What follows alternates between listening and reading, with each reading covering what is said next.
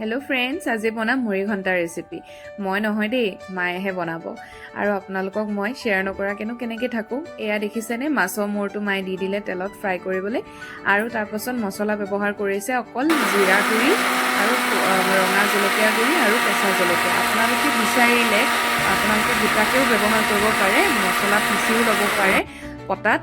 আৰু এয়া জহা চাউল লৈছে আৰু কিচমিচ, আৰু এয়া মাছৰ মূৰখিনি ফ্ৰাই কৰা হৈ গ'ল।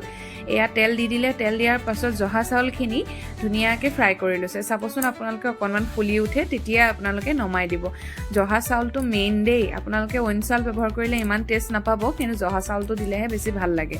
তাৰপাছত আকৌ অকণমান তেল দি পেলাই তেজপাত আৰু গোটা জিৰা ব্যৱহাৰ কৰিছে। গোটা জিৰা ব্যৱহাৰ কৰাৰ পাছত আলুখিনি দি দিলে। আলুখিনি দেখিছেনে, ধুনীয়াকৈ টুকুৰা টুকুৰকৈ কাটি লৈছে।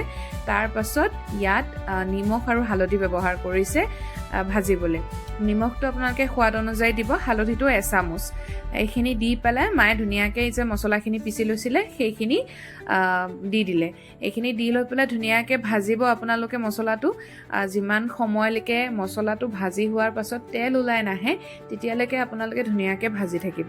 তাত মায়ে অকণমান চেনি ব্যৱহাৰ কৰিছে। যদি আপোনালোকে চেনি খাবলৈ বেয়া পায় তেনেহ'লে ব্যৱহাৰ নকৰিলেও কথা নাই, মায়ে যিহেতু দিয়েই কিছুমান বনোৱাত, সেই গতিকে ব্যৱহাৰ কৰিছে। এয়া দেখিছেনে, ধুনীয়াকৈ ভাজি লৈছে মছলাখিনি, তেলখিনি দেখিছে কি ধুনীয়াকৈ ওলাই আহিছে।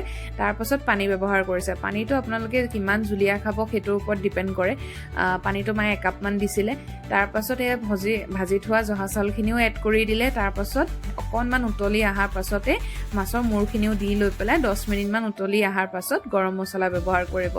আপোনালোকে গৰম মছলাৰ অবিহনে বনাব পাৰে। কিছুমানে ঘিউ দিয়ে, কিছুমানে ধনিয়া পাত দিয়ে। আপোনালোকে যিটো ওচৰত থাকে সেইটোৱে ব্যৱহাৰ কৰিব পাৰিব, একো কথা নাই। সেই টেষ্ট একেটাই পাব আপোনালোকে। যিসকলে গৰম মছলা খাই ভাল পায় তেওঁলোকে গৰম মছলা ব্যৱহাৰ কৰিলে বেছি টেষ্ট হয়। এয়া দেখিছেনে, ৰেডি হৈ গ'ল। আপোনালোকে যদি মোৰ চেনেলটি নতুন তেনেহ'লে প্লিজ এবাৰ ছাবস্ক্ৰাইব কৰি দিব। বলক খাওঁ এতিয়া।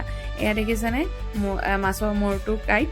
এয়া বহুত ভাল পাওঁ মই খাবলৈ। আপোনালোকে কোনে কোনে ভাল পায়, এয়া দেখিছেনে কি ধুনীয়া হৈছে খাবলৈ।